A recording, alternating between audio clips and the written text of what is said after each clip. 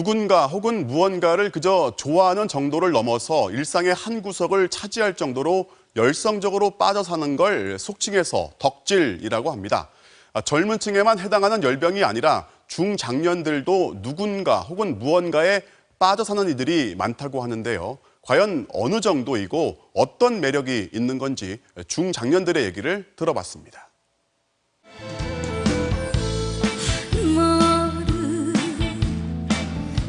와, 그때의 그 떨림이란 뭐 지금도 잊을 수가 없죠. 그 한마는 그 한마디에 완전 좀 소름이 쫙 끼치는데. 내년이면 환갑을 맞는 유영섭 씨는 요즘 가수 송가인에게 빠져 지냅니다. 지난 1년간 일명 덕질도 열심히 했습니다. 아침에 일어나서 저녁에 자기 전까지 항상 뭐 출퇴근 동안에는 차에 또 USB 꽂아서 계속 듣고 일할 때도 이어폰 꽂고 항상 듣고 있습니다. 코로나19로 공연과 행사가 줄어든 요즘은 디지털로 할 수 있는 활동에 주력합니다. 포털 사이트에 올라온 기사를 찾아가 좋아요를 누르고 온라인 투표도 합니다. 심장병 재단에서 하는 건데 우승자 이름으로 수술비가 나가거든요. 그래서 좋은 일인 것 같아서 우승을 시키려고 많이 노력하고 있습니다. 1년 전만 해도 기사 보기나 SNS 정도만 할 수 있었던 인터넷도 팬카페 회원들의 도움으로 지금은 능숙해졌습니다. 카페 활동하면서 서로 이렇게 뭐 묻고 누가 물어보면 이렇게 막 답을 많이 해주시거든요. 그런 거 참고하고 뭐 눈팅하면서도 배울 거는 상당히 많습니다. 송하식 씨는 중장년 팬들의 활동을 돕기 위한 자료들을 만들어 팬카페에 공유하는 일을 합니다. 팬들이 꼭 들었으면 하는 음원 리스트를 만들고 이미지 제작 프로그램을 이용한 일명 낙관 작업도 합니다.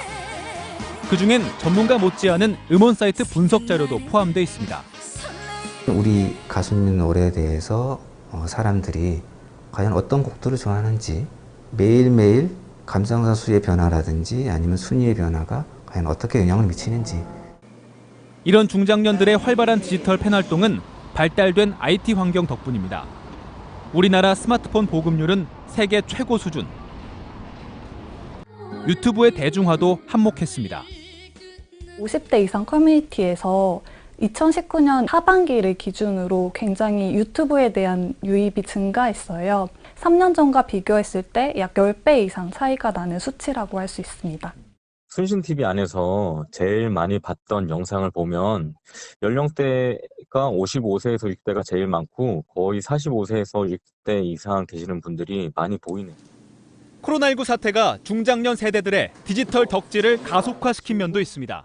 코로나 때문에 내가 쇼핑도 그렇고 뭐 대화하는 것도 그렇고 제한이 많은데 가만 보니까 이 디지털 문명에서는 자유롭게들 활동하는 것 같더라. 그래서 그걸 배워야겠다고 생각하던 차에 진짜 팬심이 생길 만큼 진짜 몰입할 만큼 즐거운 대상이 생긴 것이죠. 가수들은 팬들의 이런 열정이 놀랍습니다. 너무 놀랐어요, 처음에는.